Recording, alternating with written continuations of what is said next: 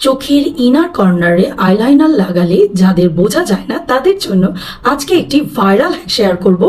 যে হ্যাকটা ইউজ করে তোমরা যারা চোখের ইনার কর্নারে উইং করতে পছন্দ করো এবং তাদের উইংটা ভিজিবল হয় না তাদের জন্য। এর আগে আমি একটা ভিডিওতে দেখিয়েছিলাম হাইলাইটার ইউজ করার পর ইনার কর্নারে লাইনার ইউজ করতে, তাহলে কিন্তু খুব ভালোভাবে দেখা যায়। আজকে আমি ইনার কর্নারের জন্য আরো একটি হ্যাক নিয়ে আসি। হ্যাকটি খুবই সহজ, তোমরাও চাইলে ট্রাই করতে পারো। আমি মেবেলিন সুপারস্টের এই ফুল কভারেজ কম্প্যাক্টটা নিয়ে নিচ্ছি। এরকম একটা ব্রাশের সাহায্যে আমি একটু কম্প্যাক্ট পাউডার নিয়ে এভাবে প্রথমে আমি আমার ইনার কর্নারটাকে সেট করে নিব।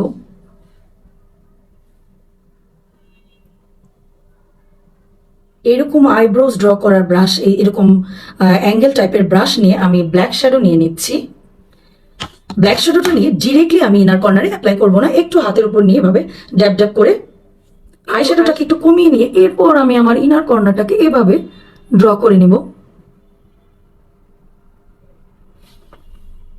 আমি এই পাশের চোখটাতেও ঠিক এভাবে করে নিচ্ছি। এখন তোমরা দেখো কতটা ভিজিবল হয়েছে ইনার কর্নারটা।